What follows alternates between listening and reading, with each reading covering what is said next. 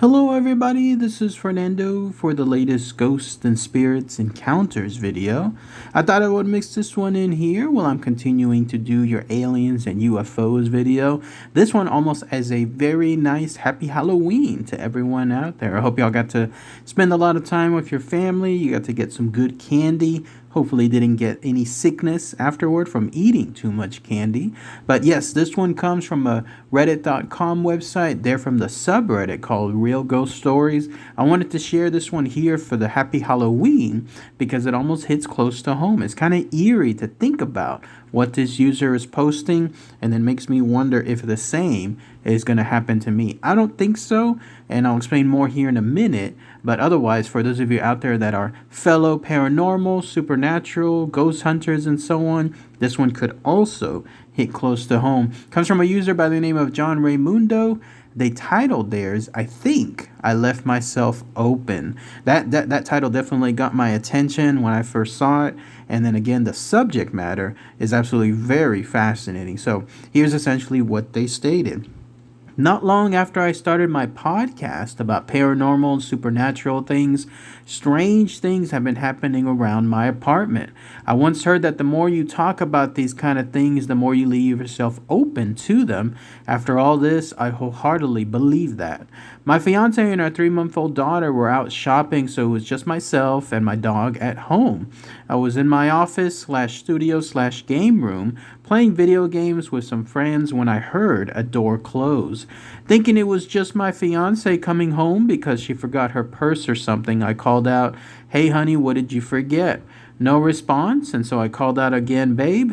Still nothing. So thinking that she didn't hear me for some reason, I got up and walked into our room. No one was there. Confused, I walked into the baby room and checked in there to see if there may be that they stopped for a diaper change. Still, no one there. I decided to text her and see if they came by quicker than it took me to get up and look around. She says they're still out and have not come back home since they left a few hours ago. Now, we do live in an apartment connected to other people, so there is a possibility that it could have been a door on their side that I heard close, but to me, it sounded way too loud to be a noise that I heard through the walls that connect our apartments.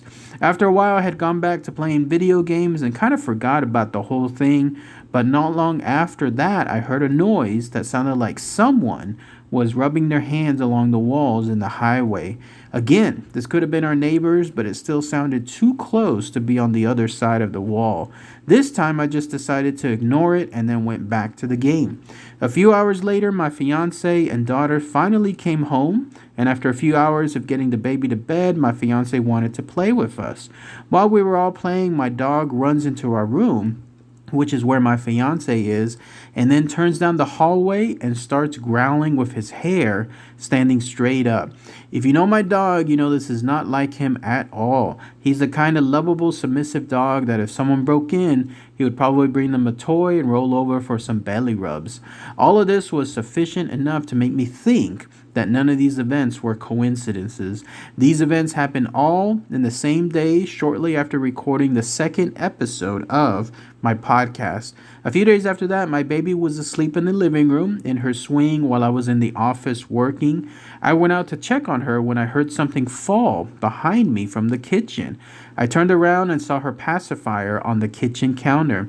I had just done the dishes and all that just an hour before, and I know for a fact I placed it on top of the drying rack where it could not have fallen. The drying rack we use for the baby stuff is the kind with all different sized pegs standing straight up, and her pacifier is the kind that is open on the bottom of the nipple part, so the peg was going straight through the top of the pacifier.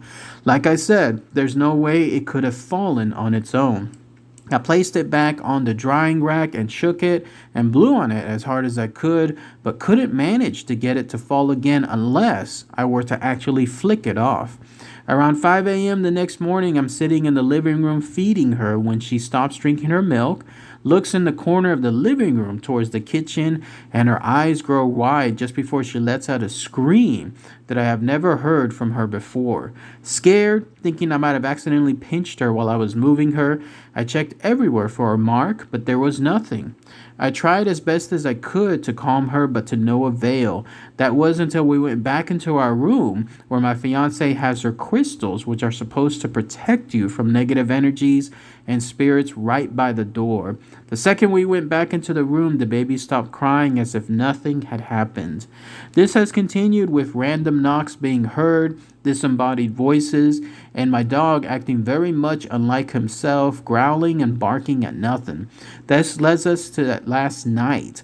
While recording the podcast, my fiance and I kept hearing knocks on the door to the office where we record, and she kept telling me that she hears something in her headphones. Thinking that it was just feedback from one of us talking, I wrote it off. The knocking did make me feel a bit uneasy, though. For at least an hour, the knocking and feedback kept happening until we finished recording. Now, just for context, my baby, of course, wouldn't be able to get herself out of her crib, walk down the hallway, knock on the door, go back down the hallway, and then get herself back into her crib before I could get up and check the door the first few times. While we record, we usually keep the dog in the room with us, and this night was no different. He was laying in his bed on the opposite side of the room from the door. Today, I sat down to edit the episode when halfway through, my fiance's mic goes crazy. All it picked up was static and some voices that didn't sound like either of us. Just as this happened, the baby was in her swing when I heard the music start glitching, and when I went to look at it, the display to change the speed of the swing and volume and all that was flickering, and it seemed like someone was holding the swing down. The gears were grinding, and I tried to turn it off, but that didn't work, so I had to fully unplug it to get it to stop. I immediately took her out of the swing, packed her up, grabbed my dog, and then went for a walk. I just got back home, and now I'm sitting here typing this to you all. As soon as I got back inside, the air felt heavy, and I have this odd feeling of being watched. I hope this is the worst of it and things don't get too out of hand. Maybe I'll write you guys an update if anything changes. Sorry for the rambling. I'm just scared. Then that's it. That's everything that the user John Raymundo stated in their long entry here. But otherwise, pretty fascinating stuff, no? So let's go ahead and let's talk about that here. The reason, again, I wanted to mention this as a happy Halloween was because this hits close to home. You know me. I do a bunch of ghost hunts. I started like back in around 2016, if I'm not mistaken, about 6 years ago, almost to the dot. I just decided out of the blue one day, hey, if Ghost Adventures, which I was a big fan of still to this day, if they can do it, why can't I? And so out of the blue, I went out on that weekend and then visited my first place ever, which was Fort Concho there in San Angelo, Texas. And then that's where everything started. After that, I visited so many locations throughout the state, and in some cases over there in Nevada, whenever I'm visiting the Las Vegas area too. But I did have a fear in the back of my head about this. It was interesting because that very first line that he stated, or one of the first lines about the more you talk about stuff like this, the more you leave yourself open, that was one of my fears as well. When I started these ghost hunts, when I started looking at the information and then also doing the stuff on my channel here, the ghost and spirit stuff, made me wonder, am I leaving myself open to that? My biggest fear was I would go to a certain place, I would visit it, everything would be cool, and then inadvertently I would bring something back with me, back to my apartment and so on, or wherever I was at the time. But what I realized afterward, at least to me, is this. You can, and this has worked, and so far has worked to this very day, you can pretty much force anything that's out there to stay where they are. That's what we do in the group that I'm in called Spectre. Whenever we do our ghost hunts, right before we leave for the ghost hunt itself, or in some cases when I'm by myself, whenever I do my own ghost hunts, you can all state pretty forcefully, almost like a command, not rudely, but still a stern command. You can tell anything that's there to stay there, but you must do it like in a sense that there's no questions asked. Like it's not going to be something where there's any room for consideration. They have to stay there, absolutely. And so when we do that, at least on my end, I have found very good success for that, for anything not coming home with me.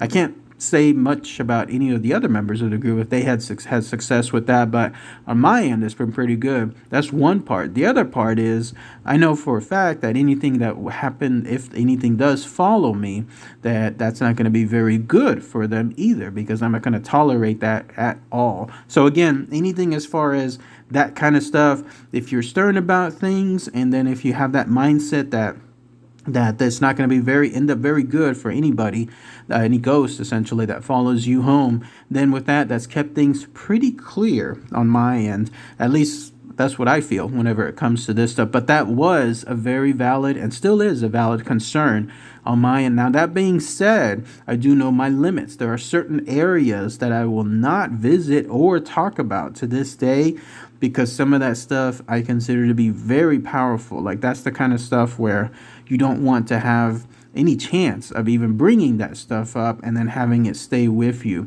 Like some of you have asked about Ouija boards, for example. No, absolutely not. No to the 100 degree. I'm not going to do anything along those lines, because that stuff is, in my opinion at least, very dangerous stuff. It does absolutely open things, and it keeps things permanently open. So no thank you. I'm not doing anything along that stuff. Also, summonings, black magic, and so on. Some of you have asked about that stuff too. Some of you have asked about talking about certain deities as well. Like, no, I'm not doing any of that part. So yeah, I do know my limits, but this stuff here is, again, pretty fascinating to read, because this user, John Raimundo, had the same valid concerns that I had. And so far, everything has been good on my end. But otherwise, let me know what you guys think. Happy Halloween again. Any other fellow ghost hunters out there? Do you have the same concerns too? Or have you had any similar experiences to John Raimundo, where something followed you home and it has stayed there? Let me know. All right, everybody. Thanks again as always. Take care. Bye.